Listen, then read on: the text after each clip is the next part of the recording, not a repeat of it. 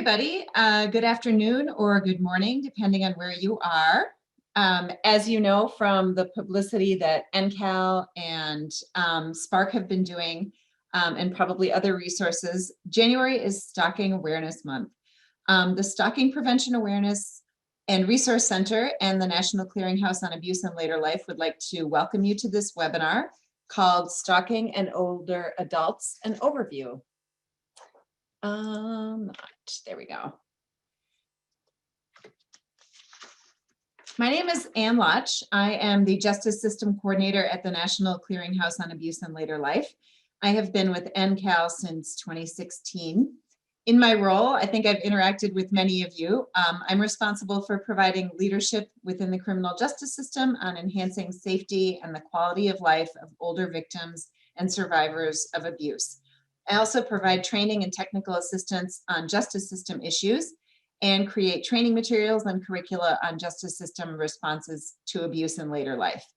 In my past life as a legal services lawyer, I represented survivors of domestic and elder abuse and people with disabilities. I will turn it over to Dana to introduce herself and to tell you a little bit about Spark. All right, thanks so much, Anne. My name is Dana Fleitman. I'm the Associate Advisor at the Stalking Prevention Awareness and Resource Center, which is a project of Equitas. We were recently funded in 2017, so since then I've been with the project, or since 2018 I've been with the project working to raise awareness of stalking. So I lead our Stalking Awareness Month activities each January, as well as providing training for multidisciplinary professionals across the United States on recognizing and responding to stalking. So I want to thank you all for taking the time. I know we all have Zoom fatigue, so I appreciate you taking the time to listen to us talk a little bit more about this, and for the National Clearinghouse on Abuse in Later Life for having a webinar. I think this is the third year in a row specific to stalking this month. Stalking is one of the 4 major crimes under the Violence Against Women Act. You know, it's domestic violence, sexual assault, dating violence, and stalking, but it's always kind of and stalking. Like, we almost called our website andstalking.org because so often it's an afterthought in our field. And I think that, you know, you'll see by the end of the session that stalking is prevalent. It's something that the victims and survivors or possibly offenders you're working with are experiencing or perpetrating, but so often it goes unrecognized because it's undertrained and we just don't talk about it all that much. So hopefully by the end, you'll be just seeing the great work that you're already doing through the lens of stalking and moving that and stalking a little bit more to the beginning of the sentence. So our website is stalkingawareness.org. We did not go with andstalking.org. We have practitioner guides, and those are broken out by discipline. So we have for victim services, for prosecutors, for corrections probation, for law enforcement, training modules. So if you do any kind of community education, we have scripted curricula and videos that you can just pick up and show, kind of ready to use programming. We are not a victim resource provider, and yet we provide victim resources. We don't provide direct services to victims, but we do provide a documentation log, safety planning guidance, and other information that survivors might find helpful, and webinars like this one. So if after this you're like, I wish I could hear Dana talk more, you are in luck, because we have in our archives a variety of recorded webinars on assorted topics related to stalking. We're also on social media. Our handle on there is at follow us legally if you get our sick sense of humor at Spark. If not, it'll be a long hour and a half for you, so you're called either way. But we're there on Instagram, Facebook, and Twitter, and you can sign up for our newsletter as well. Especially being Stalking Awareness Month, we're very active on social media, so simply viewing and sharing our posts is a really easy way to stay on top of stalking year-round. So that's it for Spark, and hopefully you'll connect with us during and after this webinar. Cool, thank you, Dana. For our part, the National Clearinghouse on Abuse in Later Life is the comprehensive technical assistance provider for the Office on Violence Against Women Abuse in Later Life grant program. I know many of you have been part of projects under that grant program. Since 1999, we've been the only national organization that provides technical assistance, training, and consultation on the intersection of domestic violence, sexual assault, and elder abuse. We are a national project. We have 8 staff. I am here in Milwaukee, Wisconsin. Alicia is in Reno, Nevada, near Reno, Nevada. We have staff in Madison, Wisconsin, Northwestern Wisconsin, Colorado, Pennsylvania, and Virginia. We do our work in service of our mission in a number of areas and contexts related to abuse in later life. We work as a team and through different collaborations and partnerships with organizations like Spark. So that's a little bit about us. I appreciate you guys being here today. Dana and I are excited to talk to you about older survivors and stalking. I really want to thank Alicia Lord for helping us with the tech and getting us started today and making it possible for us to do this webinar with you. Our objectives today are, as you can see them on the slide, we hope that as a result of this session, you'll be better able to recognize stalking behavior, to understand how stalking impacts older adults, and then to identify some resources to improve your response or your organization's response to stalking. This kind of gives you an overview of what we're going to be walking through today. We're going to do a little overview, a brief overview of elder abuse. Then we're going to define stalking, talk about some statistics related to its prevalence, stalking dynamics, the implications of stalking, especially for older victims, and then some resources for addressing stalking when you're dealing with an older survivor. So to begin with, let's talk a little bit about the context of elder abuse. We use the Elder Justice Roadmap definition of elder abuse, which is from 2014. It was a product of the elder justice field, and it defined elder abuse as the physical, sexual, or psychological abuse, as well as neglect, abandonment, and financial exploitation of an older person by another person or entity that occurs in any setting. So it could be home, it could be in the community, it could be in a facility. And this part is key, that they're either in a relationship where there is an expectation of trust, or when an older person is targeted based on age or disability. So it's a pretty broad definition. You're going to see a lot of those dynamics and characteristics pop up through our conversation today as we look at stalking within the context of older survivors. The first statistic that many of you probably have seen if you've been to any NCALL presentation ever, but it always bears repeating, and I think it's fairly jarring. This is from a national study done about 8 years ago. 1 in 10 older adults who are residing in the community reported experiencing elder abuse within the past year.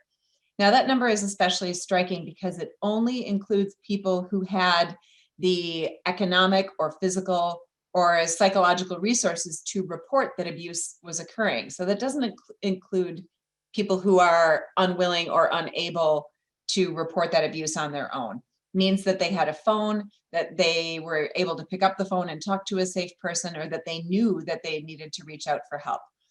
So this statistic does not include people living in residential facilities and who may be even more vulnerable. It also does not include the huge numbers of people that we know are not able to self-report. So while the number on the screen is 1 in 10, to my mind, it's a big understatement of the scope and scale of the issue of elder abuse. We also use this slide a lot in our trainings. Also really jarring, for every case of elder abuse that comes to the attention of a responsible entity, either a safe person or law enforcement or adult protective services, there are another 24 cases that never come to light.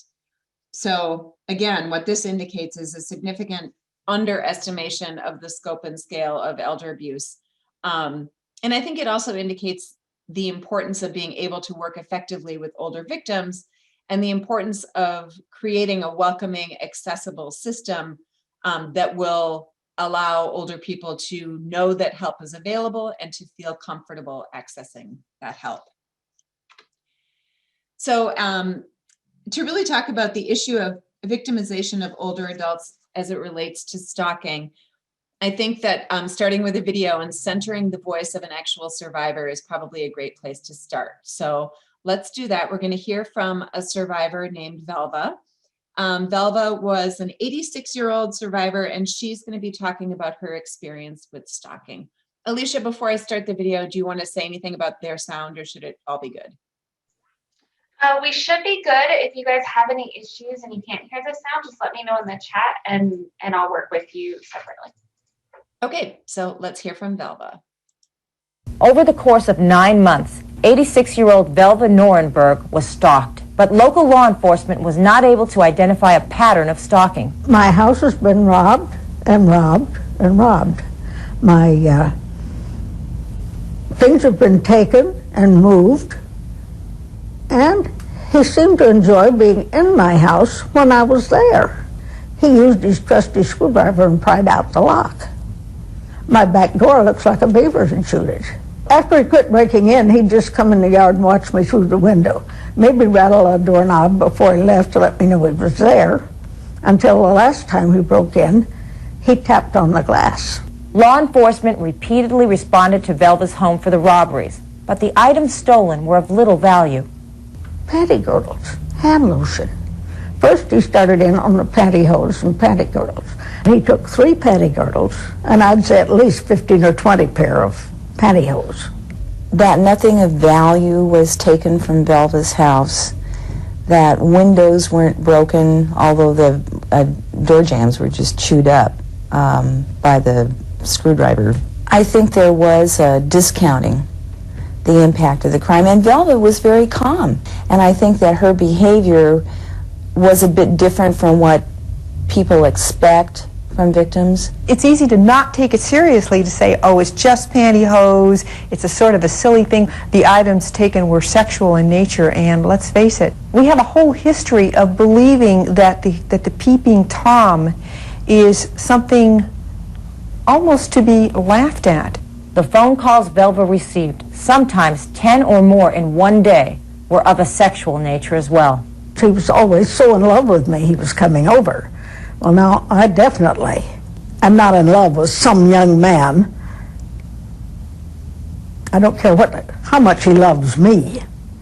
I didn't love him or had any intention of having anything to do with him, and I told him so.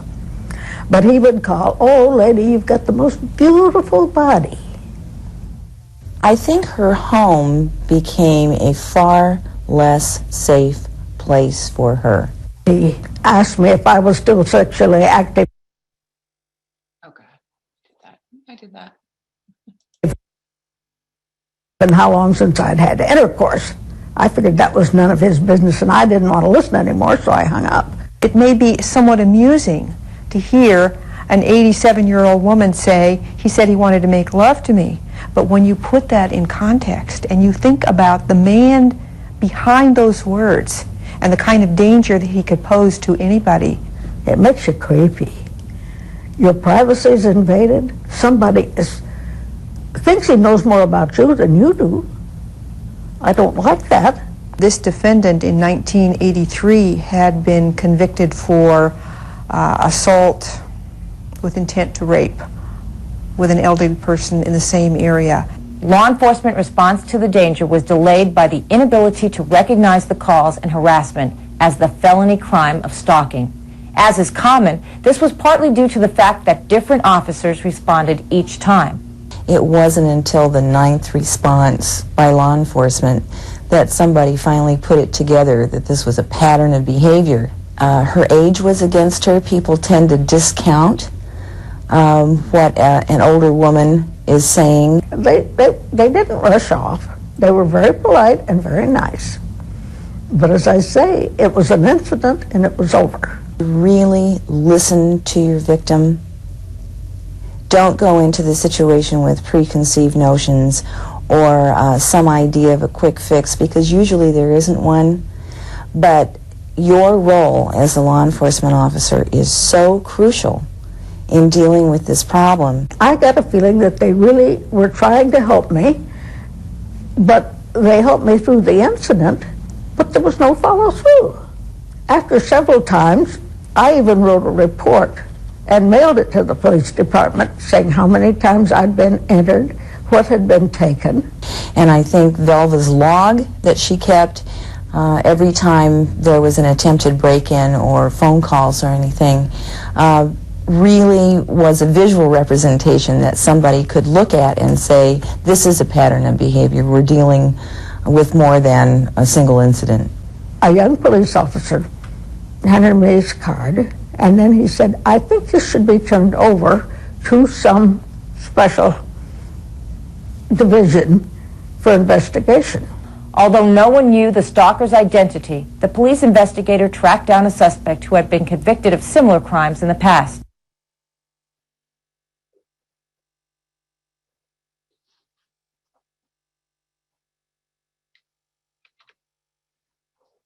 All right. You know, I want everybody to know that Alicia warned me before this webinar that if I clicked anything on my screen, it would stop the video. And did I learn? I did not.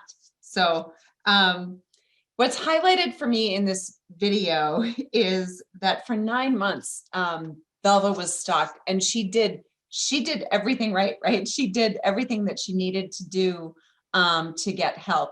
And she was told by law enforcement that they could not identify a pattern of stalking. It sounded to me like part of that is an internal issue with law enforcement, that, you know, different law officers kept responding, and maybe there was not actually a trail of reports, but she was robbed, things were moved, he stole things, and that was discounted because those items were of little value. So a really frustrating experience, dismissing it because she was not physically harmed, or calling him a peeping Tom, which, you know, is kind of laughable.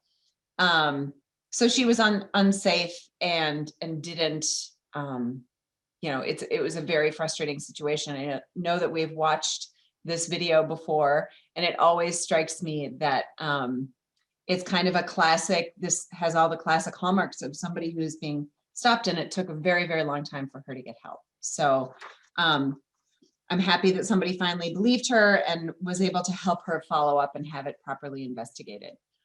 We want to pivot now a little bit to your own experiences working with an older adult who may have experienced stalking. So I would love it if you would put your responses in the chat. Have you, that you are aware of, ever worked with an older adult who was experiencing stalking? I'm just curious about the 59 folks on this webinar, how many of you have worked with somebody who have had an experience with this? And I'm going to take a look at the chat. Couple of no's, one yes. So I'm seeing a number of no's and yeses from Rachel. Thank you. But we are going to talk about, you know, but I think one of our goals here today, I would say there's more no's than yeses, but definitely some yeses. I think one of our goals here today is to help us as advocates, as attorneys, as social workers, as people who work with older adults. And as for age, I'm saying, I would say over 50 or over. I think that one of the things we want to get out of this today is to help ourselves recognize it better and be aware of the fact that it is an issue that faces older adults. And maybe there are some factors that, like ageism or other issues, that prevent us from recognizing it as well as we should. So a number of people have, but I would say more are saying no. So thank you for that. That is interesting. Maybe you'll think differently about your answer at the end of today. So let's move on. I'm going to turn it over to Dana to get into definitions and some dynamics. All right, thanks so much, Anne. And I love that video. I mean, I don't love that happened to Velva, but I think, like you said, it's so illustrative of what so many stalking victims experience, these repeated traumatic behaviors that really add up over time, but they only add up if someone does the math. And when we have multiple responses to single incidents, instead of someone recognizing that pattern of behavior, we lose these victims. They fall through the cracks, right? And that's what that looked like. And I'm glad it was eventually recognized, but it shouldn't have to take that long.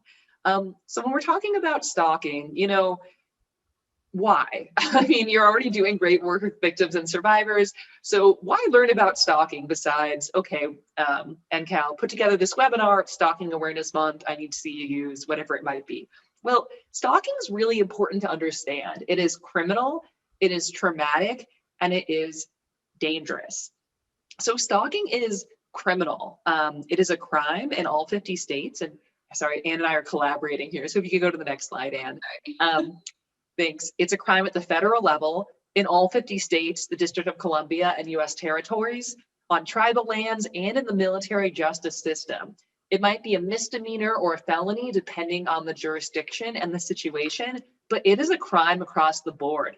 A lot of folks don't realize that stalking is a crime. And so you have victims saying, well, what, should I call the police because somebody drove by my house or rang my doorbell? And the answer is yes, you do have the right to report that to police and to document it, because stalking is a crime and it should be treated like one. And stalking is traumatic. So a lot of times when folks go to, why we need to learn about stalking, they go right to the co-occurrence with physical violence and lethality. And that is really important. I'll get to it in just a couple slides, but I want to pause here and point out that even if the stalking in no way intersects with physical violence, it's still a crime in its own right, because it is a deeply traumatic experience for victims and survivors. So many stalking victims experience mental health issues that can be lifelong. We have increased rates of post-traumatic stress disorder, depression, anxiety. If you think about being in that heightened state of kind of waiting for the other shoe to drop, we have stalking victims feeling like that for sometimes years. Many lose time from work. So 1 in 8 employed stalking victims lose time from work. About half of those lose 5 days or more. And stalking victims are typically not a protected class of worker. So in other words, if a stalking victim goes to their employer and says, hey, here's what's going on. Could I work from home more? Could I not answer the phones? Could I switch my shifts? The employer can be accommodating, or they can say, that's inconvenient, you're fired. And typically an employer can do that, and that victim will have no recourse. So we see victims losing their job because of that, as well as because the interference from the stalking is making it impossible for them to do their job, right? If someone's breaking into your home and taking your stuff and slashing your tires, pretty hard to get through your day at work.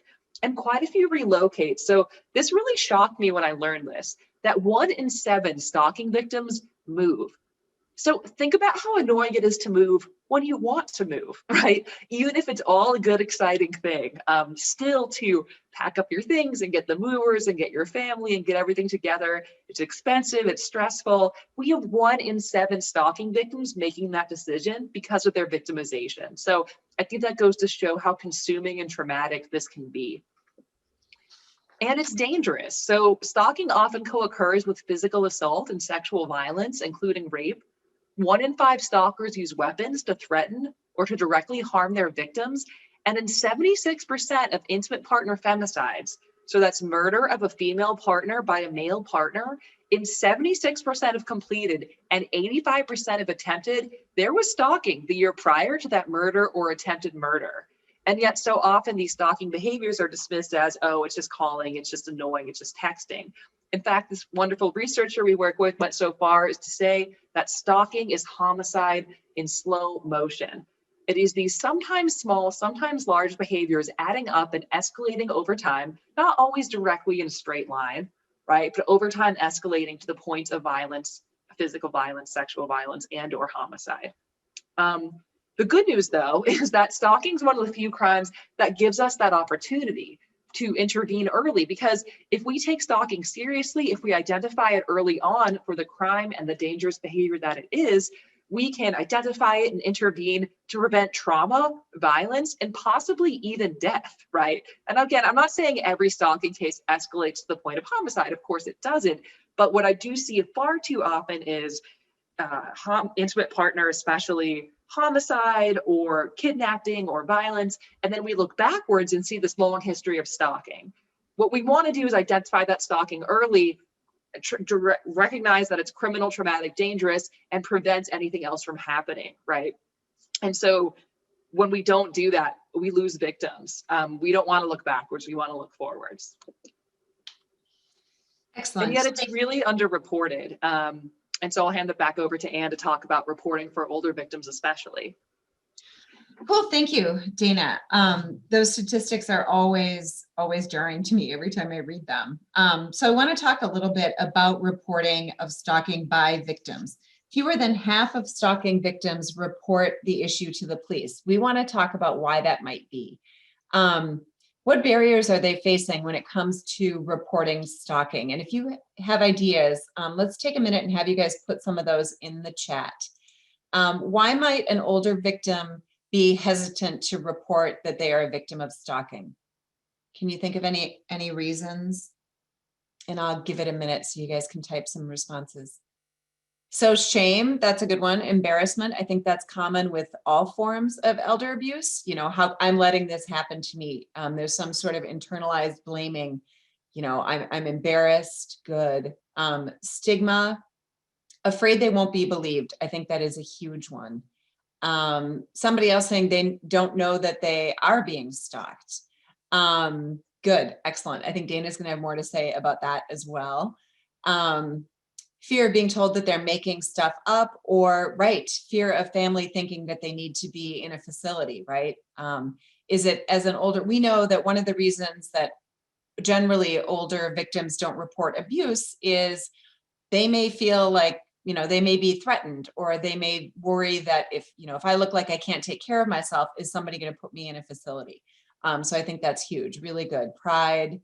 What else do we have? Feeling they won't be taken seriously. Or you're making it up. Well, you know, your memory is not as good as it used to be. So lots of reasons that they wouldn't be believed, right? They could also be afraid of what the stalker might do. The stalker might escalate into something much worse. So these are good. You guys already took this webinar, didn't you?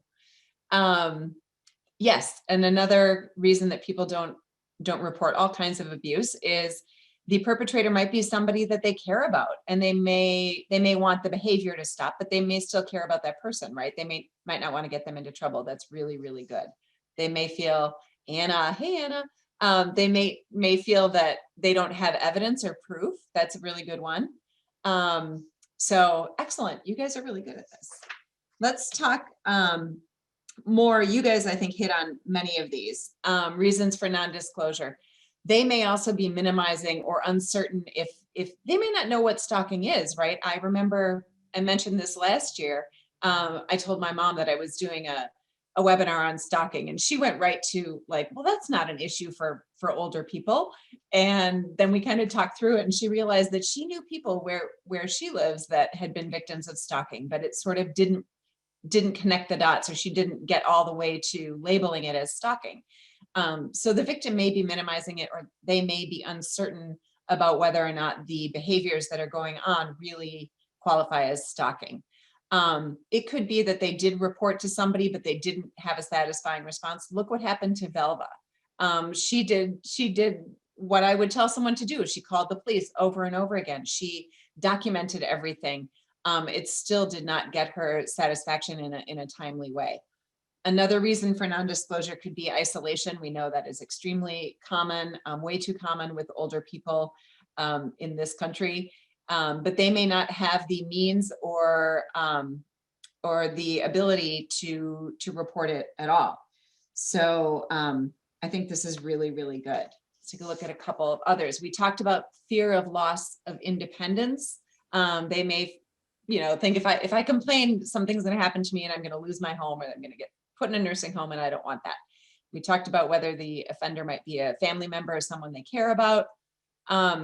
They may not understand technology. They may not be familiar with technology, and there may be issues around using technology to report, or even knowing that they are being victimized by somebody who is a stalker. Someone else in the chat mentioned the victim may be unaware that the behavior is illegal. I think that's a really good point. They may think that this person who's bugging them is pesky and annoying, and they want them to stop, but they may not even be aware that what they're doing is against the law or is a form of abuse. So these are all really, really good. Then turn it back over to Dana. Yeah, thank you so much. Those are all, I'm like, yes, yes, yes, for everything you're all saying. And yeah, absolutely. A lot of folks don't realize the behavior even is a crime at all, right? So why would they report a crime? They don't know a crime occurred. So yeah, all those reasons and more, we see that, especially older folks, but really it's underreported across the board, right? The vast majority of stalking survivors of all ages do not report. And of course, there are special considerations for those older victims that you all just mentioned. But let's say they do report. So this was a small study in the state of Colorado. And basically, these were domestic violence reports. So almost 1,800 cases of domestic violence. Almost 300 involve stalking. So we have clear documented evidence of stalking. Like you all said, that can be hard to get, right? There's not always that evidence, but we have about 1 in 6 have that evidence. So of that 298, how many do you think were actually charged as stalking? It was 1. Yes, Shannon, you are right. Ding, ding, ding. It was 1. Only 1 case was actually charged as stalking, even with that clear documented evidence. And so we know that stalking a lot of times, like Anne said, is happening, but it's not being identified by victims themselves, by friends or family of the victim, and by victim service responders, and by our criminal justice system. But it's okay, we're going to fix it today. So I want to talk to you a little bit more. We keep saying stalking so bad, we have to do something, it's happening. What exactly is it? So when we think about defining stalking, you know, there's the behavioral definition and the statutory definition. So I definitely recommend that you take a look at your state statute to see what your criminal justice system will or will not charge as stalking. And while I'm not a lawyer, Spark is based out of Equitas, which is all lawyers. So definitely happy to talk stalking statute with you.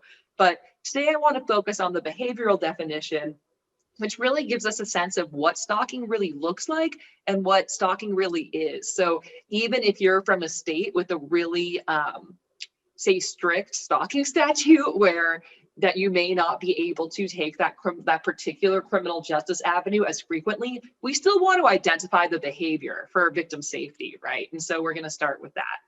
But what exactly is stalking? So I have these polls for you. Alicia, if you could bring those up. And all of these behaviors are bummers, okay? We don't like any of them.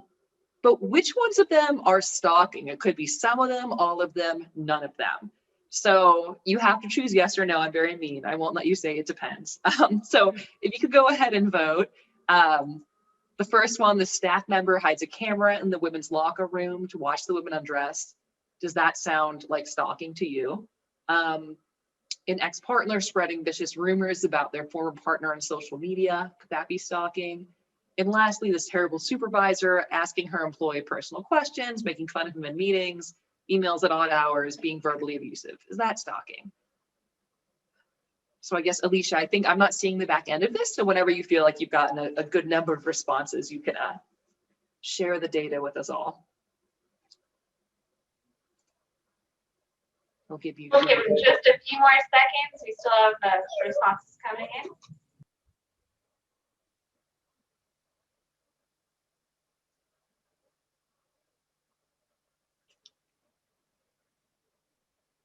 All right, thank you. Okay, so, ooh, looks like I split the room. So this first one, the hiding a camera, most folks are saying yes, some are saying no. The ex-partner, we're about split. Is that stalking, yes or no? And then this terrible supervisor, most folks are saying yes, but also about 50-50. So thanks for doing that. So, you know, when you were looking at these scenarios, again, we don't like any of them, but a few things might have come up for you in determining, like, well, is this stalking? You might have been thinking, does this have to happen more than once? Does it have to be directed at one person? So luckily for you, I will answer those questions with the behavioral definition of stalking using those examples. So behaviorally, stalking is a pattern of behavior directed at a specific person that would cause a reasonable person to feel fear. So it is a pattern of behavior. It is not a single incident or one-off event. And if you can go to the next slide. And that's called a course of conduct in most stalking statutes. So you might hear me use those terms interchangeably today, pattern of behavior, course of conduct. I'm really talking about the same thing. It's 2 or more behaviors that make up that stalking course of conduct. And the behaviors can be quite varied. So let's say I'm stalking Anne because I'm the worst co-presenter ever. Okay, so maybe Monday I just keep texting her. Tuesday I get mad she didn't respond, so I smash her headlights. And then Wednesday, I feel guilty, I send her flowers.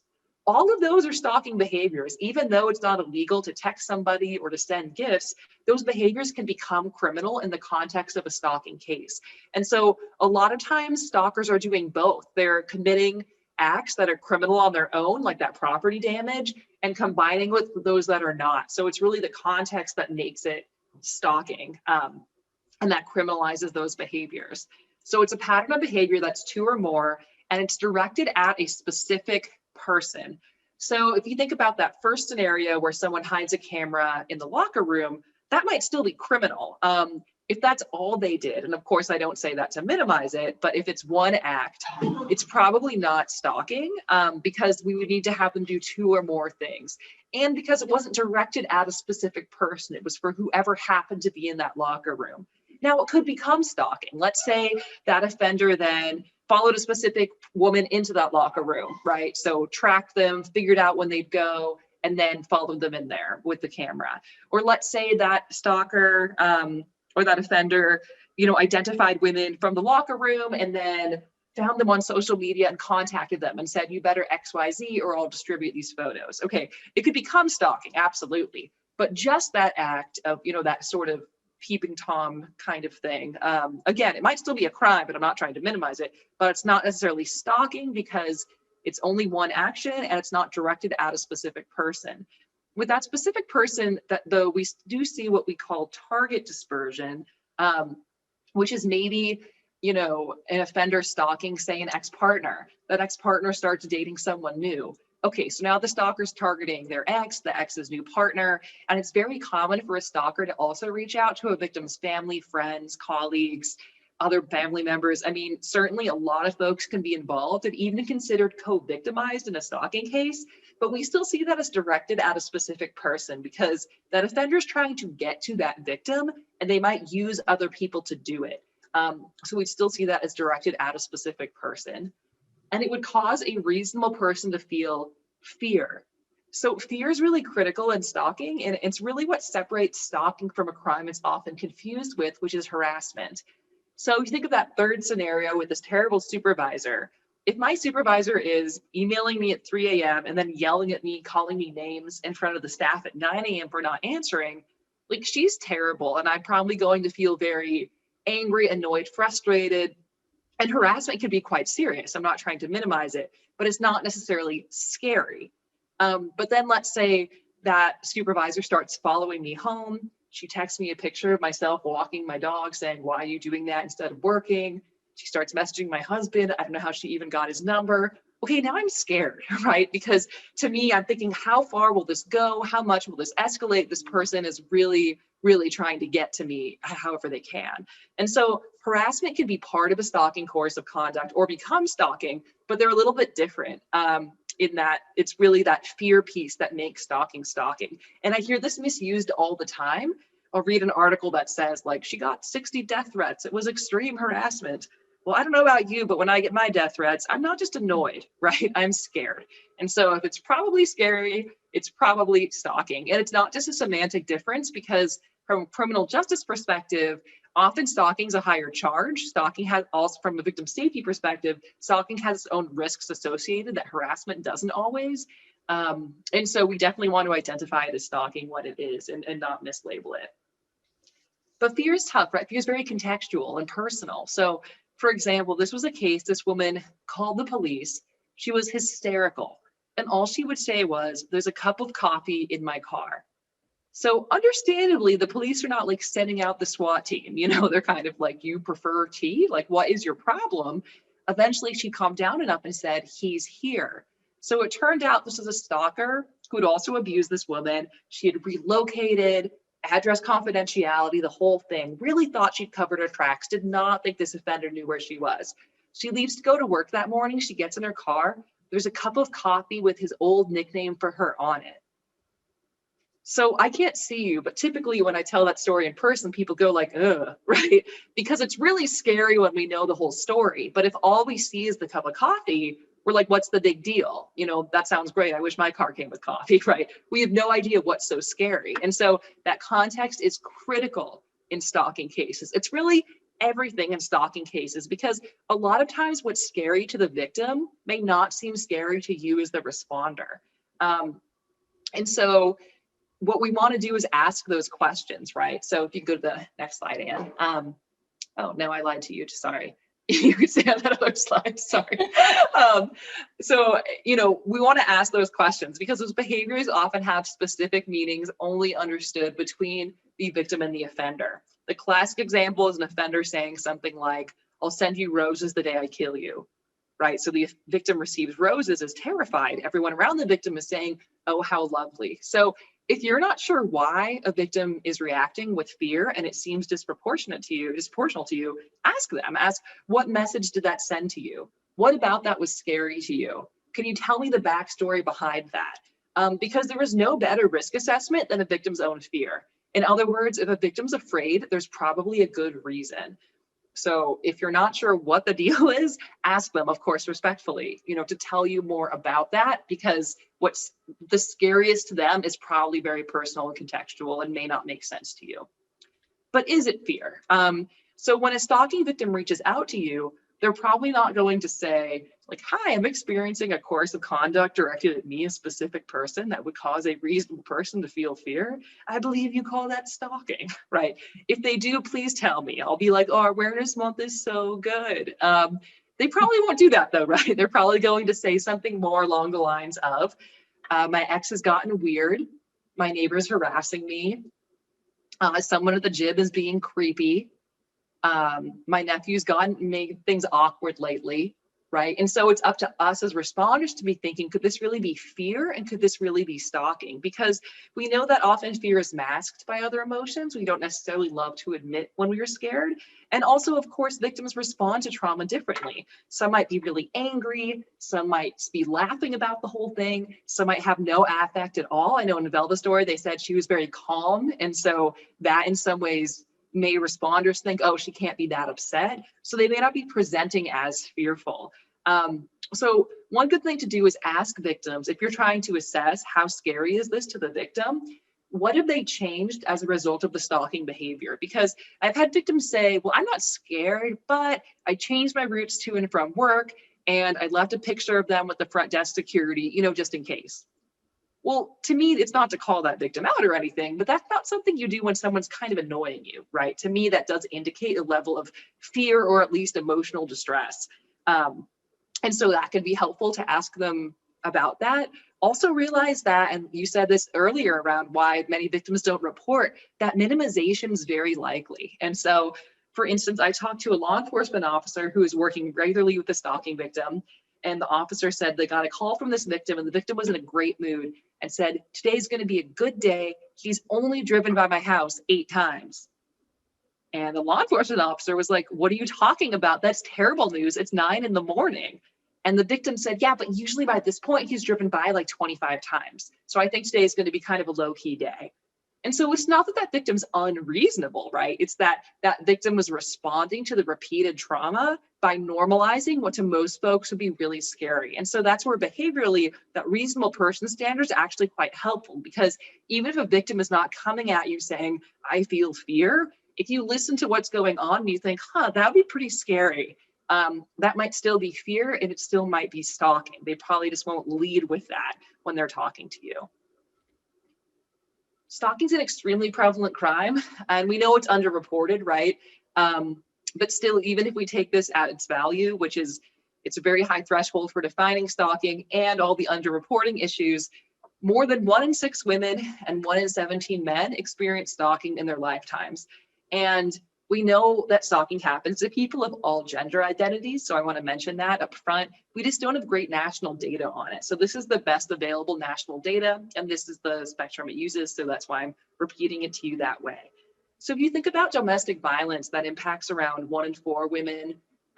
Elder abuse is impacting at least probably more than, right, like Anne highlighted earlier, 1 in 10 women. Sexual assaults impacting around 1 in 5 women. So stalking is really right up there with 1 in 6 women at least. And yet for so many folks, not a lot of stalking training. There's only one national organization really working on stalking, and I am half of it. So not that we have a chip on our shoulder or anything, but just again to recognize that, these cases do get missed and that we don't have a lot of standalone stalking resources.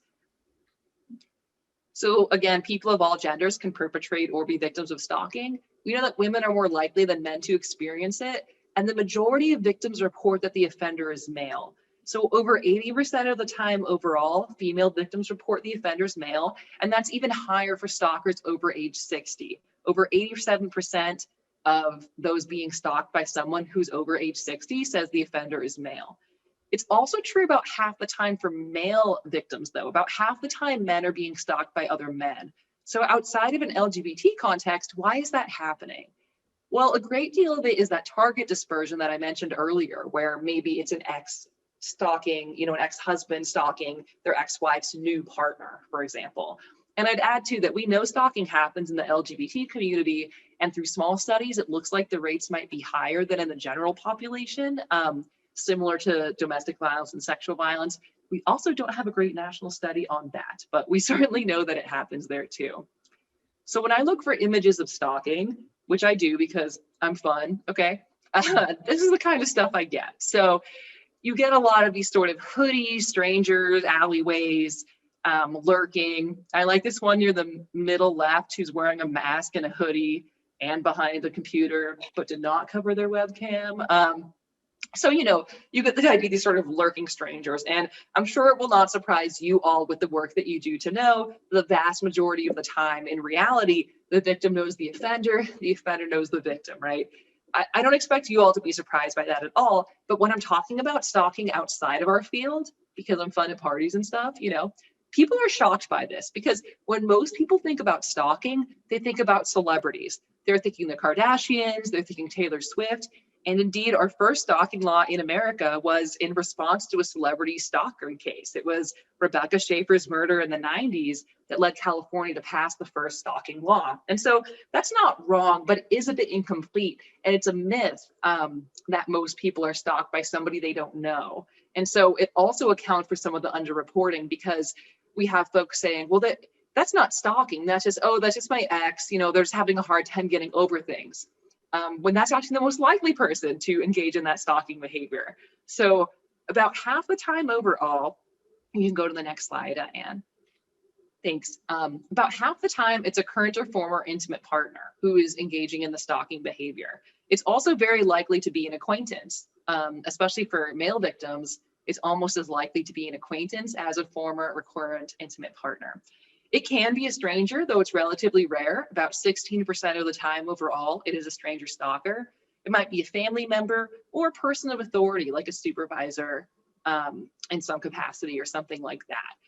I do want to make the point, though, if about half the time the stalking is related to intimate partner violence, that's a big piece of it. But it also means about half the time it isn't, right? It's acquaintances, it can be a stranger, or a person of authority or a family member. And so I encourage you to think about, are we serving all victims of stalking, those who are related to intimate partner violence and those that are not? Because if I'm being stalked by, say, an old apartment mate of my same gender and there is no sexual relationship, I may or may not think to reach out to an organization that I associate with, like, that's called, the Family Violence Center or the Rape Crisis Center. And yet that's most likely where the response is housed, right? It's typically victim service folks housed under those sorts of organizations that can respond to stalking. So I encourage you to think about, are you serving all victims of stalking? If you aren't, do you know where to refer them? If you are, that's awesome. Will they know how to find you?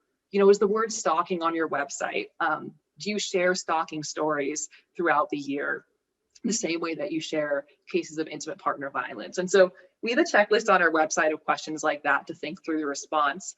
And you can go to the next slide. And it's especially important when we're looking at our older stalkers, 60 plus. In this study, it's a little bit different than our general population. The ex-intimate is still a large piece of it, but actually acquaintances account for more of the stalking cases. And strangers also account for more than in the general population. And so again, the ex-intimates, that is important, and it's not the whole story, right? So we want to make sure that we're responding across the board to all victims and survivors of stalking. So in terms of the age breakdown, stalking's most prevalent in that 18 to 24 age group, but it's still happening significantly to folks 50 and older. So over 12% of victims in that 50 to 64, over about 5% in that 65 or older. And so overall, I mean, we still have quite a few stalking victims, more than 1 in 10 who are over the age of 50. And so we don't want to discount that this is happening to people across the age spectrum, from children all the way up to older adults. And like Anne said earlier, sometimes it's not identified, especially for older folks, because it's discounted, or sometimes it's just kind of subsumed under elder abuse. And we want to identify elder abuse, and we want to identify when there's stalking behavior specifically happening within that elder abuse. So just a few examples. So this was a stranger who stalked an elderly man after she got a ride from him. We have these loan requests, so we have that financial abuse as part of that. And then of course we have these unique, well, not unique, but some behaviors that are particularly targeted at older folks, like withholding medication, stalk and abuse, you know. So we think about those types of elder abuse, a lot of times they include stalking as well. So there's so many stalking behaviors, and if I wanted to list them all, we would be here all day. I just want to say that I do not mean this as a compliment to stalkers, but stalkers are extremely creative criminals. People always tell me the most disturbing, bizarre cases are stalking cases, because it's someone going way out of their way just to scare somebody else. So, you know, I read a case where an offender drove 300 miles to carve his ex's name in trees near her home. That's a stalking case. I read one just last week where an offender sent a dead rat in the mail to his ex. That's a stalking case. It's that kind of thing. And it's creepy, right? To use the scientific term. Like if we think about Velva's case, you know, that stealing these sort of sexual objects, you know, the pantyhose and all of that. And so because stalkers think broadly about stalking behavior, as responders, we also need to think broadly. And so this is a framework that I think is really helpful for that, developed by this wonderful researcher, TK Logan. And basically it's just to help us think more about the different kinds of stalking behaviors. And these intersect and overlap, and that's fine. But just think beyond what are sometimes the most obvious. So, you know, quickly to kind of explain each one, surveillance is pretty much what it sounds like. You know, how is the offender tracking, watching, monitoring, gaining information about that victim? And so it sounds like there was some of that going on in Velva's case in terms of he knew when she was home, looking through the windows. We see this through technology quite a bit. So it could be that putting a GPS on the vehicle, looking through somebody's accounts, but also that good old fashioned in-person stalking happens quite a bit as well. So going through someone's trash, reading their mail, that kind of thing, showing up, asking friends and family about where they are. We call that proxy stalking. And so stalking through somebody else. So let's say there's shared custody, like, oh, is daddy seeing anyone new? Is mom taking you on vacation? Or, oh, do you have a nice visit with grandma? What's she up to, right? Trying to get that sort of information. Then there's life invasion. How is the offender showing up in the victim's life where the victim doesn't want them to be there? So the victim's just trying to get through their day, and there's the stalker or signs of the stalker no matter what they do. And what I want to highlight that came up in Velva's case, that's a really common stalking behavior, is breaking into a victim's vehicle or residence and not taking or breaking anything, but just leaving some sign they were there.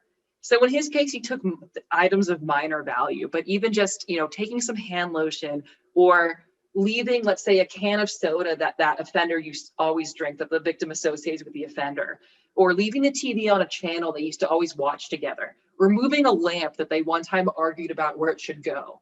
And so the victim gets home, they know that offender's been there, but unless they have their own surveillance system set up, they feel they can't prove it. And they're like, what, I'm gonna call the police and say someone moved a lamp?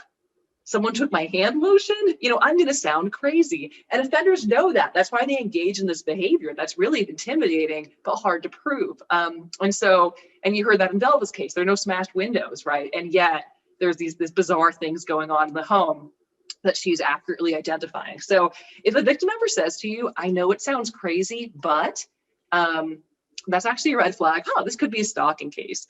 Interference is similar, but it's what is the victim actually changing as a result of the stalking behavior. So the life invasion might be that constant contact, right? They're calling me all the time. So now I'm afraid to answer my phone. I'm missing important calls.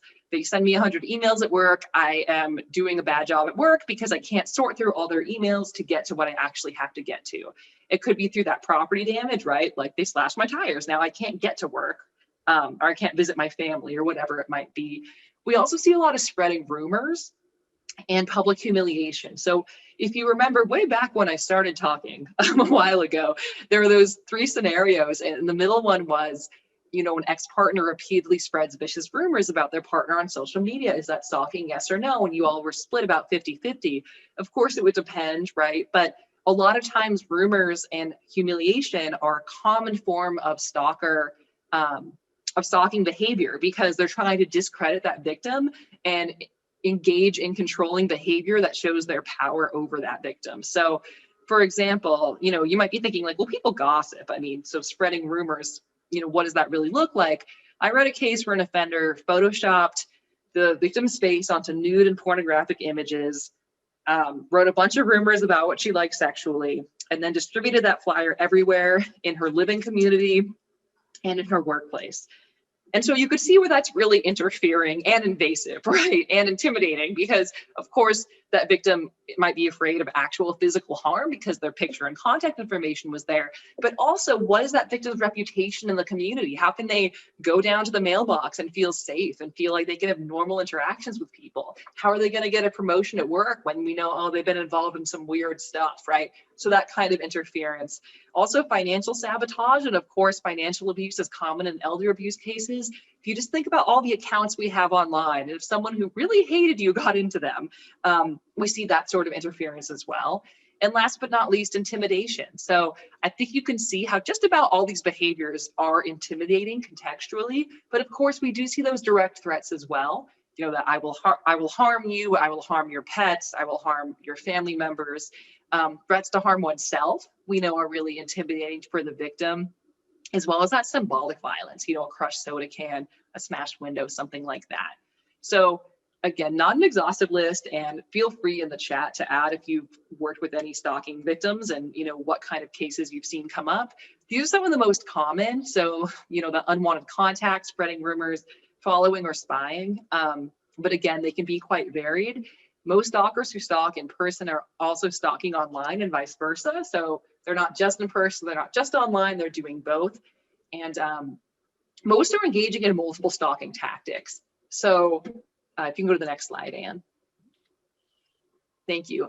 So first of all, we want to screen for this, right? And so just like with sexual violence or sometimes domestic violence, if you say, hey, are you experiencing stalking? The victim's likely to say no. But if you break it down by these categories and ask more specific questions, you might find out that indeed they are experiencing stalking behavior, right? So if we think about those big categories, let's ask about surveillance. Let's ask about life invasion. Well, have there been gifts? Have they ever broken in? Oh yeah, well, they did send me all those messages that time, and then I got this package I'm pretty sure was from them, and they said something really weird to my friend, and so let's ask all those questions.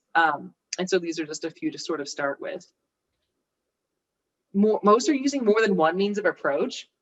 2/3 pursue their victim at least once per week. Many pursue daily. And the average duration of a stalking case, this really shocked me when I learned this, not the high end, the average is 2 years. And about 10% of cases last 5 years or more. And so stalkers have plenty of time to start with one behavior. Maybe they're texting a bunch and then they back off. We say, oh, great. Okay, now they're not doing that anymore. But now they're showing up in person and they are calling and they are asking friends and family where they are. And so when we think about stalking and safety planning, no, we can't read the future, but we need to think broadly about all those stalking behaviors. We can't just identify and plan around what's already happened. We have to think about surveillance, life invasion, intimidation, interference, and what else might happen? What else might this offender be capable of? Because most of them are responsive to the victim's reaction or lack of reaction and will change their behaviors over time. So we can't always predict that, but we want to be aware of that. Whew, so much good info. Thank you, Dana. So before I jump into talking about stalking and its relationship to other crimes against older survivors or older victims, I did want to just mention we had a question in the chat about the slides. I agree. These slides are really good. And by that, I mean Dana's slides are really good. There's so much good specific stalking info in here. Alicia will be sending out a PDF of the slides to all of you after the webinar is done. So thank you for doing that, Alicia. Let's look at how stalking does occur with other crimes. Stalkers have a very high recidivism rate, and we saw that in Velva's case. That was not his first his first criminal act.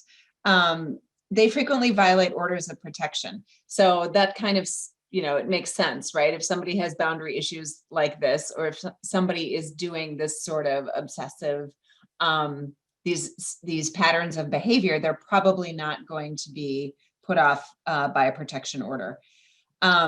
So unfortunately, stalking, because it is comprised of acts that are not in themselves criminal, it's often not identified until one of these crimes is committed, which is sort of one of the most heartbreaking aspects of it. So stalking crimes often increase in severity as time goes on, as if the perpetrator is sort of testing the waters to see what they can get away with. Like, okay, if they're gonna, yes, I just left a coffee cup on her car and she knew what that meant, but that didn't get the reaction I wanted. I'm going to see what else I can do.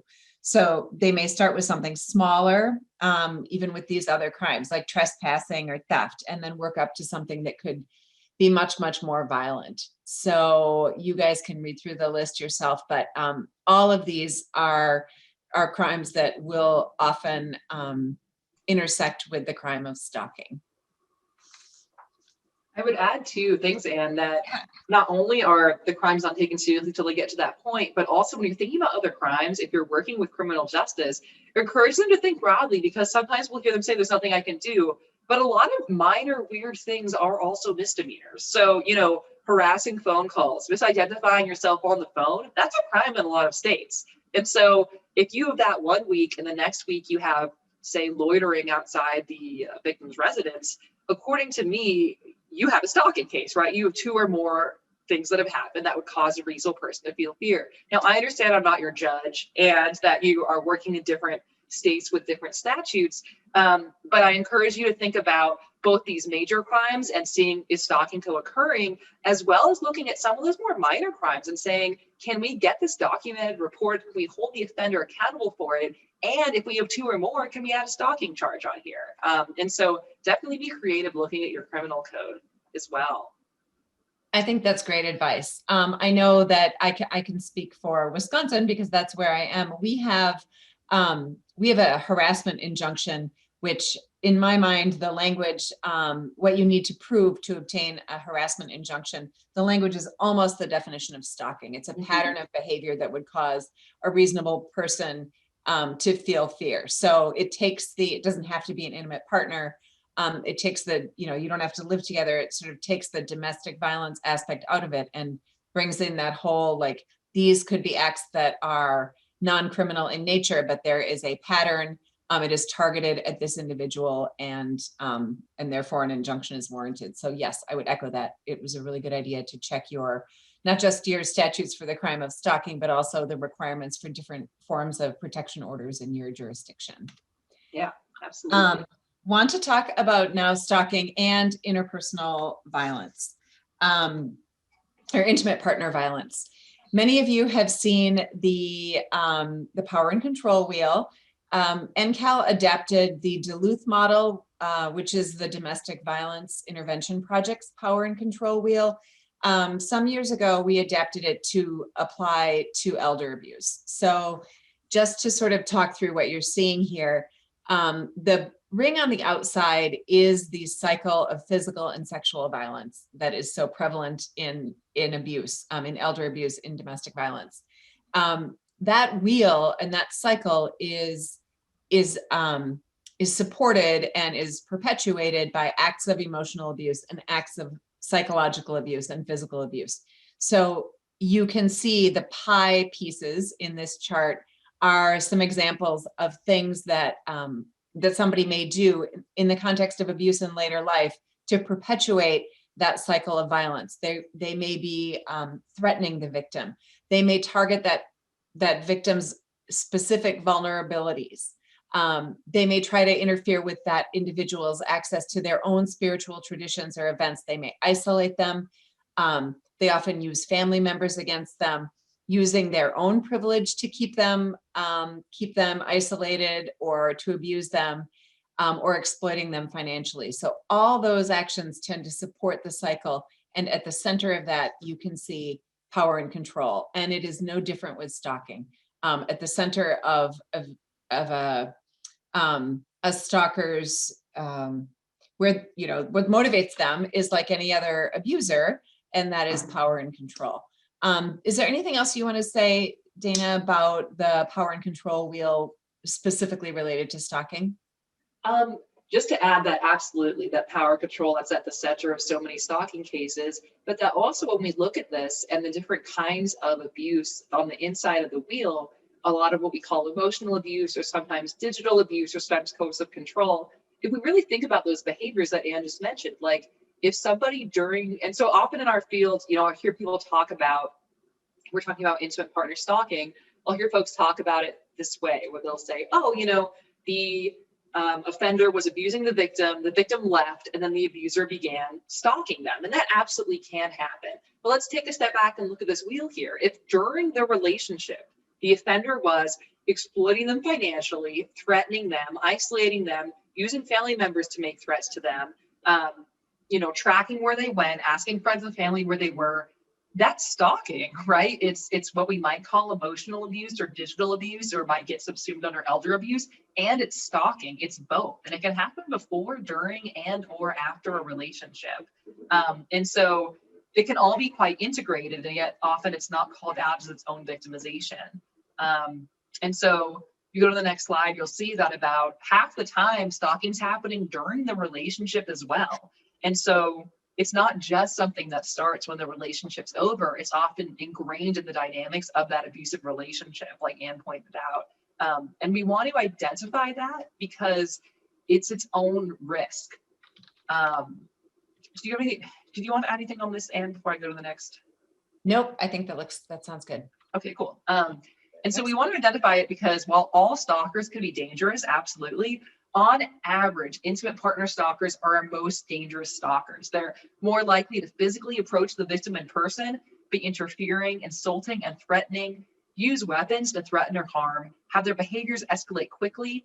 And while, like Anne said, the recidivism rate's really high across the board for stalking offenders, it's even higher on average for those intimate partner stalkers. This other study was of women with protective orders. I think it's on the next slide. Sorry if I'm lying to you. Oh, that's all right. Yes, okay. So basically, it was looking, all these women had been abused. Some of them have been abused and stalked. The women who were abused and stalked, they experienced significantly higher rates of all of these harms across the board, from verbal abuse to jealousy, coercive control, violence, threats with the weapon and injury. And so I'm not saying that stalking causes these other harms. I'm just saying that stalking is an indicator that when you see stalking in an intimate partner violent relationship, you want to identify it separately because it's an indicator that this might be an especially dangerous case. And so if we just call it elder abuse or we just call it domestic violence, we might miss that unique harm and not treat it with the urgency that it merits. Stalking also intersects with sexual violence. So I don't have time to do a deep dive into this, but I think you can see how certainly some of the threats could take on a sexual tinge. They might threaten to sexually assault the victim. They might be stalking in order to commit the assault. So perhaps they're trying to identify when the victim's alone, when they're vulnerable. They might actually assault the victim as part of their course of conduct, or sometimes they try to get someone else to sexually assault the victim. So a third party, perhaps they impersonate that victim online and say, hey, here's what I'm into, come over. And then we see rapists coming over and engaging in that behavior. And sometimes the behavior actually starts after the sexual assault. And so if you think big picture about grooming for sexual violence, and of course this doesn't describe all sexual violence, there's a wide variety of sexually violent offenders. But if you think about this kind of repeat perpetrator who has a certain MO, so they're going to research and identify vulnerable victims. They might be looking for folks who are older, people who seem isolated, people who might not be believed or protected, establish a relationship. So, oh, I think you're, everyone else ignores you, but I think you're so special, contact and build trust.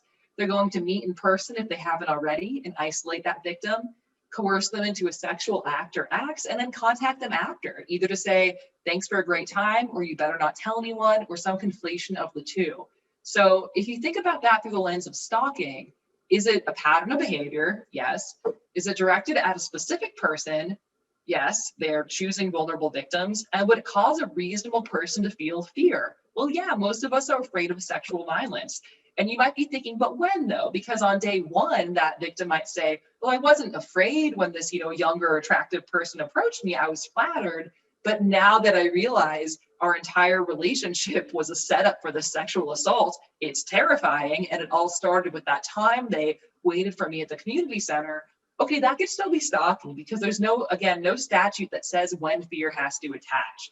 And so I just encourage you to think about sexual violence and stalking's intersection. We have a webinar in our archives on our website that goes into that more, but just to recognize that it often is a part of a stalking case as well. And so make sure you're asking your stalking victims if they've been assaulted, but also your assault victims if they're experiencing stalking, because sometimes we can find more victims that way. So quickly, we know that technology is used to stalk quite a bit.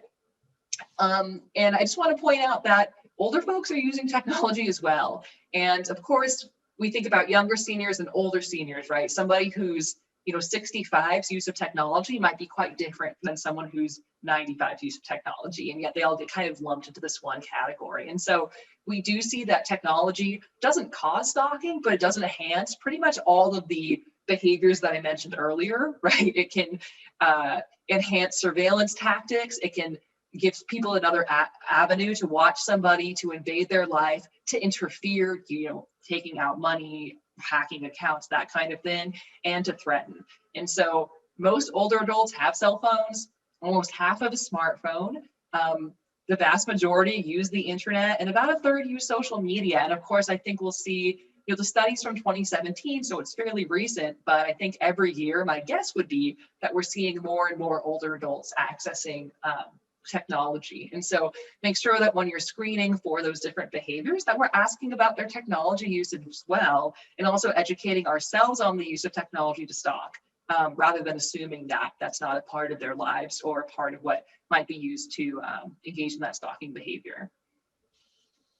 And so, of course, there's so many of these. And if you want further training on the use of technology to stalk, definitely reach out. We can do a deeper dive there.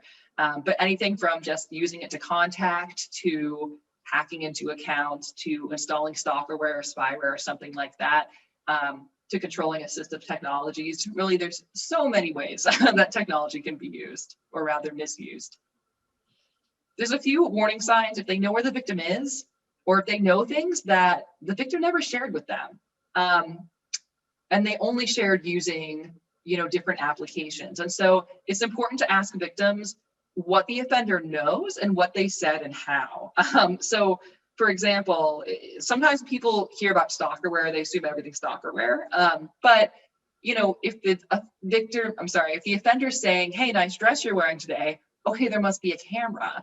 If they're saying, I saw that you're going to this event. Okay, well, how did they RSVP? Was it through email? Then we know they're in the email. They're not necessarily on their Facebook account. But if they know things across different platforms, okay, then maybe they do have some kind of stalkerware or something where they really have full access to that phone or computer. And of course, we see the victim locked out of accounts, password changes. I had that one time, a language change on my account where everything was in French now. And I was like, okay, someone's getting in here, right? Those could be warning signs as well. To learn more about the use of technology, I definitely recommend the Tech Safety app through NCALL. It's just a really great tool that explains different kinds of technology, how it can be misused, how to safety plan, how to protect privacy.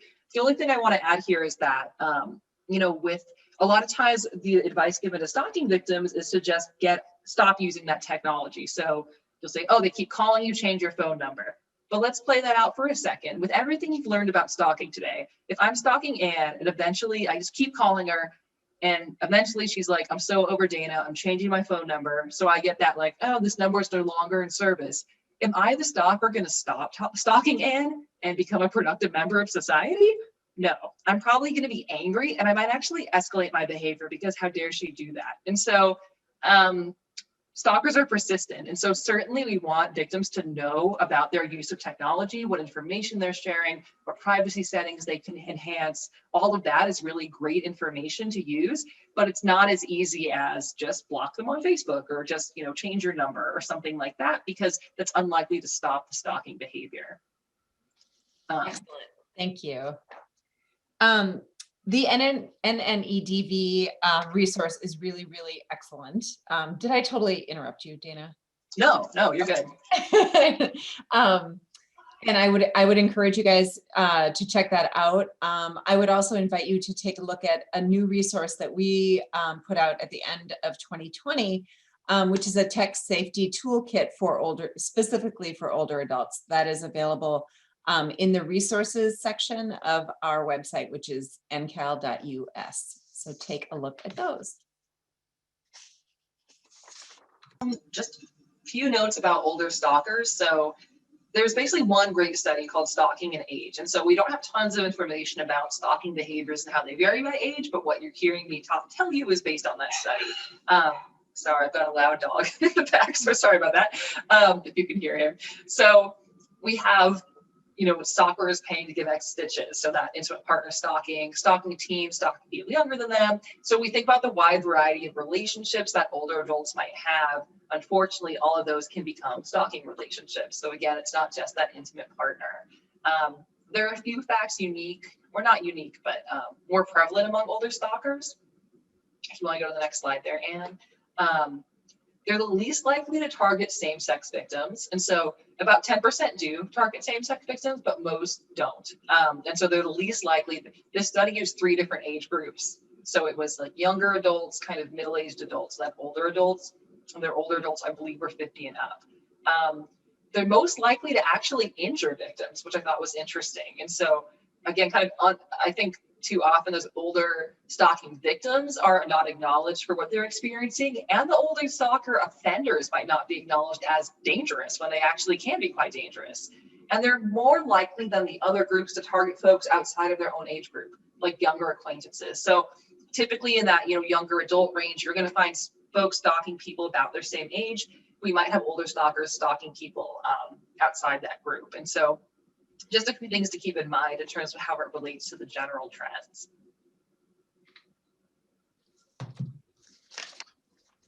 Excellent. I'm going to talk a little bit about some of the specific challenges facing older victims of stalking. Obviously, older adults face issues of ageism. We talk a lot about that in our presentations, and it is no different here. Some of the challenges that older victims of stalking face that are sort of unique may be confusion around technology. But again, I would caution us on making that assumption too. My mom is going to be 81 in a couple weeks, and she knows her way around social media way better than I do. So that may be a factor, it may not. Again, minimizing the actual threat that stalking poses. I bet a lot of you are like me, and you maybe did not know before you started intentionally learning about it, the relationship between stalking and some of those quote more serious crimes. So they may minimize the actual threat that it poses. They may be assumed to have some dementia, or they may have dementia, and people may assume that, well, they're not really being stalked. That's just their Alzheimer's or whatever. But we know as in the field that people who have dementia or people who have undergone trauma, while they may have memory deficits, their memory for traumatic events can be just as good as somebody who does not have any sort of cognitive impairment. So it's important to not assume, not let ageism guide you to the place where you're thinking, well, they've got a little dementia. That absolutely cannot be happening. Medications, people may question their, an outside person might question their perception, or it may cause the victim themselves to question their own comprehension of what is going on or what a particular incident means in their life. They may think that others won't understand. There's another real ageist thing that comes up in the context of stalking, but also in other forms of abuse, is like sexual assault. Is they think, why would that person's not going to be stalked? They're 85 years old. Who's going to stalk them? The assumption, which is completely ageist and offensive and all the other things. But I think that we need to realize, just like sexual assault is a crime of violence. It's not something we should equate with something that's romantic or, an overt expression of love. it is a violent crime. So I think that's another ageist thing we need to check ourselves on when we start thinking about that. And if you've got other challenges that you can identify that a victim of stalking might face, feel free to enter those in the chat, and we can talk about those. But again, we saw in Velva's case where the threat was minimized, the threat against an older victim by law enforcement, by other people that she talked to. It's like, well, yes, this is happening, and that's super creepy that he took your nylons or whatever, but there's probably no threat. Well, we know how the incidents and the criminal acts can escalate in cases of stalking. So that's something to keep in mind when you're dealing with older victims as well. A little more from the National Stalking Study here. We look here at the impact of the issue of ageism and stereotypes around older victims. This study noted that when older victims reported stalking, they're often told that they're overreacting, that the threat level against them was not really acknowledged. And older adults who participated in this study also reported that after they reported, they were left feeling as though they were not taken seriously by the people that they reported to. So all of these things contribute to people potentially not wanting to go through the quote unquote hassle of reporting what's going on and just living with it. So, and I think that on this slide, we see a lot of these dynamics in Velva's story as well. When victims of stalking do seek support and assistance when they're dealing with a stalking situation, we see that a plurality of victims seek support from family and friends. Also from folks like employers or an attorney, the justice system, mental health professionals, faith leaders, or other community-based advocates like many of you. So these statistics are helpful in that they can show us ways to think about effective strategies to assist older victims of stalking, whether they're coming to you or not. If they're not coming to you, could you be collaborating possibly through a formal network or informally to ensure that older victims in your community are accessing your services? Maybe as Dana mentioned, a lot of our websites don't even mention stalking. And maybe just by putting it out there that is one of the four crimes in the OVW that OVW talks about. And is that something that we just need to be more vocal about to let people know there is somewhere that they can go and be believed and access resources and develop a safety plan and that sort of thing. So keep those things in mind. What's also interesting about this research is we have learned that in the case of older adults who are stalked, they are less likely to be aided by family and friends, which I think is very interesting, and less likely to access effective services and supports to deal with stalking.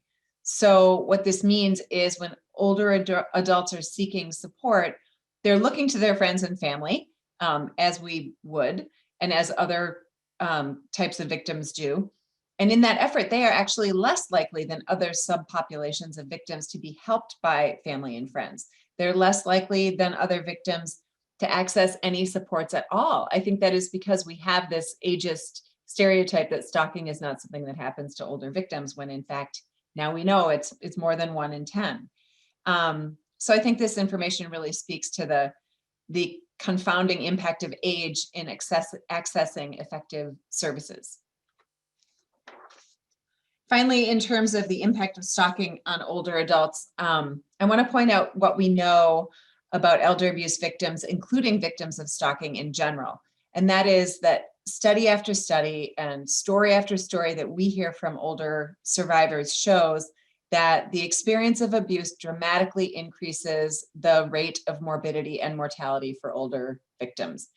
Elder abuse, all forms, neglect and exploitation victims are 3 times more likely to die prematurely than non-abused older adults. So that impact is measurable, it is real, and it is quite striking. So just to get back to where we sort of began today in terms of thinking whether you as providers and advocates for older victims are working with older victims of stalking. I would say more than half of you said that you thought you probably had not run into a stalking victim, but are you actually recognizing it as stalking and treating it as stalking? Additionally, if you're working with older adults who are being stalked, and we're treating that stalking as elder abuse more broadly, what are the issues that present themselves for older victims who may need assistance and support and interventions for the stalking? Like I said, it's sort of the, like Dana said, the and stalking. It's always kind of an afterthought, but I think we've learned today that it is more prevalent than we know, and we need to be accessible and talk about it and tailor our services and our communication around that fact. So when you consider how you are interfacing with older victims in your work and in your communities, and when you think about ways that you can enhance your services and supports to older victims of stalking, just have these questions in the back of your mind. Are you recognizing stalking in older adults, or are you just lumping it in with elder abuse? And are there any disadvantages of labeling it as elder abuse? And I think that the failure to recognize and report is definitely one of those. If you have other thoughts about sort of the implications of this, I would invite you to enter some thoughts in the chat box. Yeah, thanks so much, Anne. And I think that in that, are we calling it elder abuse or stalking? Like, big picture, obviously I'm like, we ought to call it stalking. That's my perspective. But for charging and prosecution, for safety planning, like Anne mentioned, as well as victim empowerment, even if the victim says, I don't want to do anything else, I just want to know what's going on, being able to articulate, I'm experiencing stalking, and that's a real thing, versus my neighbor's gotten weird, right? That can go a long way. So I know we're short on time here. I'll stick around a little bit at the end if folks have questions. And we have a question opportunity next week as well. So feel free to start asking in the chat box and know that we'll have time and we'll make that happen. Big picture on responding to victims, you want to advise disengagement. And that's because stalkers see any contact as a win. At the same time, we need to recognize that disengagement is not always possible or realistic. So we do have victims reaching out to offenders to sort of keep their enemies closer, to take the temperature of the situation. We've had victims say, yeah, I called them because then I could hear them drive home and fall asleep. I knew they wouldn't come over and wake up my grandkids and break my windows again.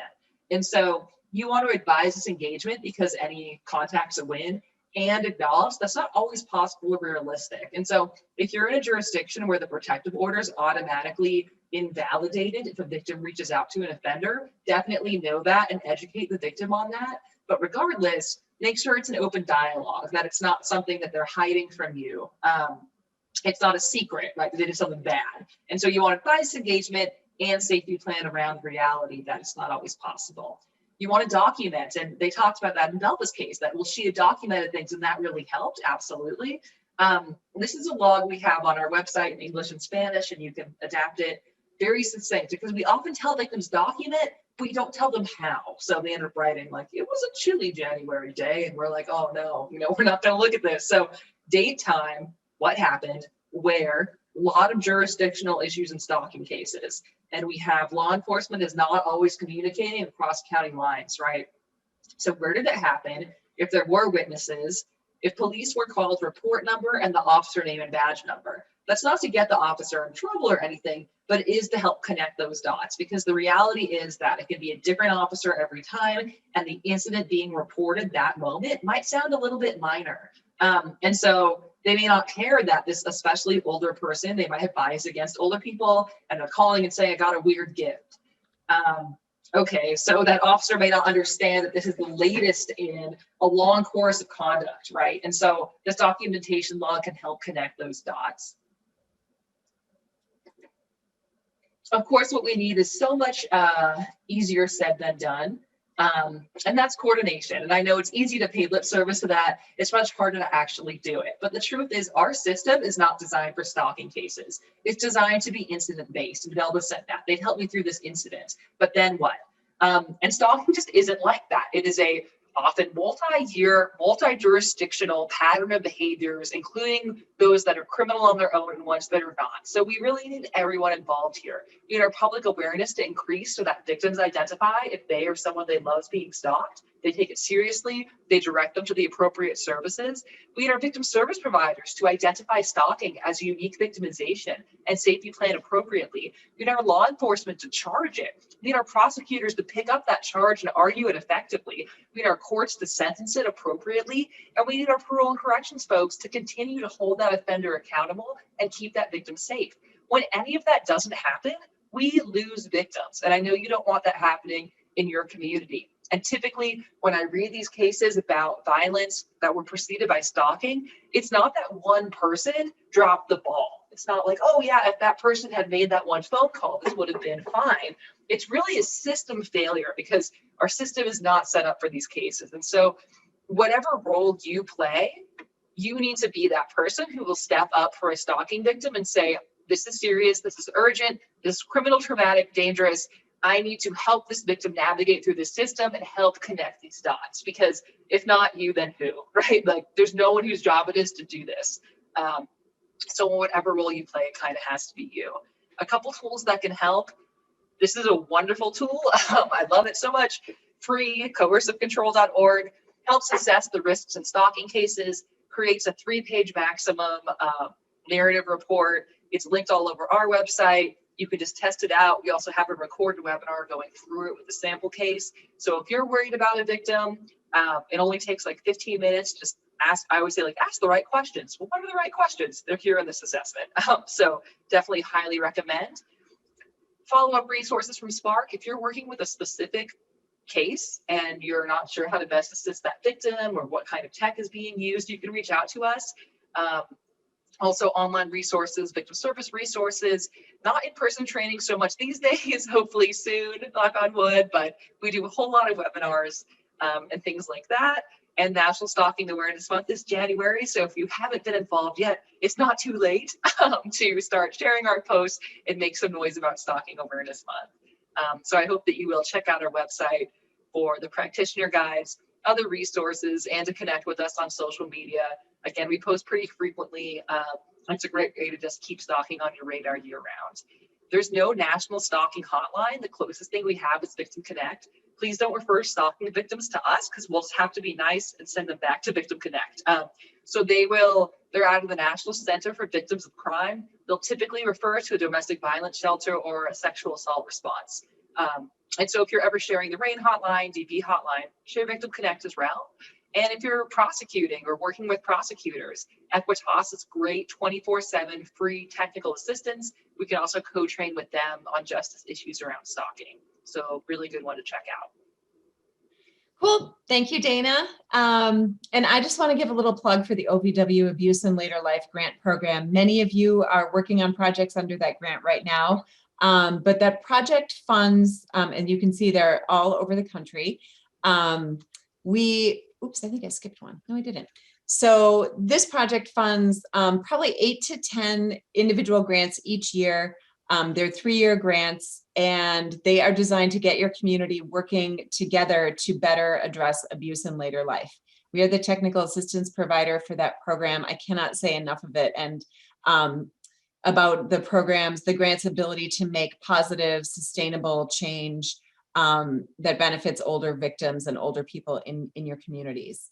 So I would invite you to check our website for that. The solicitation for this grant, we expect out any day. So watch the OVW website. The Department of Justice Office on Violence Against Women website will be sending out the solicitation sometime in the hopefully near future. I would invite you to look at that and contact, if you have questions about the grant, check out our website or OVW's website to learn more. You can also stay connected to NCALL. We have an e-newsletter. We promise we will not fill your mailbox with junk. We're pretty judicious about what we send out.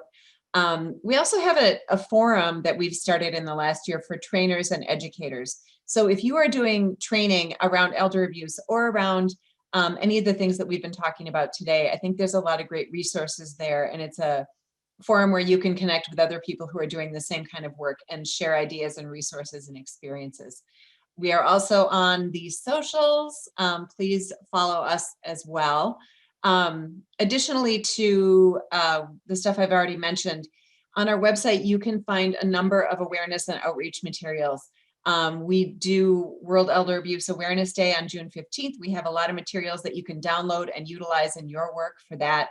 Again, working on Stalking Awareness Month, making sure that the voices of older survivors are raised up. We also work on Domestic Violence Awareness Month in October. And yeah, I would just invite you to poke around because we have lots of free stuff to download. We have training materials. We have resource booklets, self-assessment booklets to help you evaluate your own organization and how well you are serving older victims. So check that out when you have time. We also staff the National Resource Center for Reaching Victims, which is reachingvictims.org, funded by OVC and focusing on underserved populations of crime victims, including older adults. They provide technical assistance and resources for organizations like yours, for policymakers and service providers. If you cannot get enough of Dana and me, and really, who would blame you? We're going to be doing an AMA at Ask Us Anything on January 28th from 2 to 3 Eastern. We will be online doing a forum chat about stalking, focusing on older victims. So if you've got questions that we didn't get to today, and you just want to hang out with us some more, please join us for that. I hope that you will. Again, that's on the 28th from 2 to 3 Eastern. Thank you guys for joining us today. Oh, did it end? Somebody raised their hand. I think I did that. Yeah. Hold on, we have a raised hand. I'm trying to figure out how to do that. I was just going to say, to kind of conclude, first of all, thank you for sticking around past the time. I know that's not nice, and it was all my fault because I just talk and talk and talk. So thank you for your patience. And also thank you for the work that you're doing. You know, I know it's easy for me to sit here and say, well, do this, ask this, consider this, use this resource. It's all easier said than done. And I totally acknowledge that. You know, you're the ones who are actually out there keeping victims safe, holding offenders accountable. And so thank you so much for the work that you do. I hope this was helpful, and please continue to reach out. We're the technical assistance providers, so it is our job to be a continued resource for you. So it's really our pleasure. So definitely don't hesitate to reach out anytime. Thank you, everybody. And thank you, Dana. It's always fun presenting with you. Yeah, you too. Thanks, Anne. All right. Well, doesn't Thanks, look like we have any Alicia. questions in, but if there are questions, join us next week on the forum to hang out with us, or feel free to contact us individually as well. Thanks, everybody. Thanks. Bye.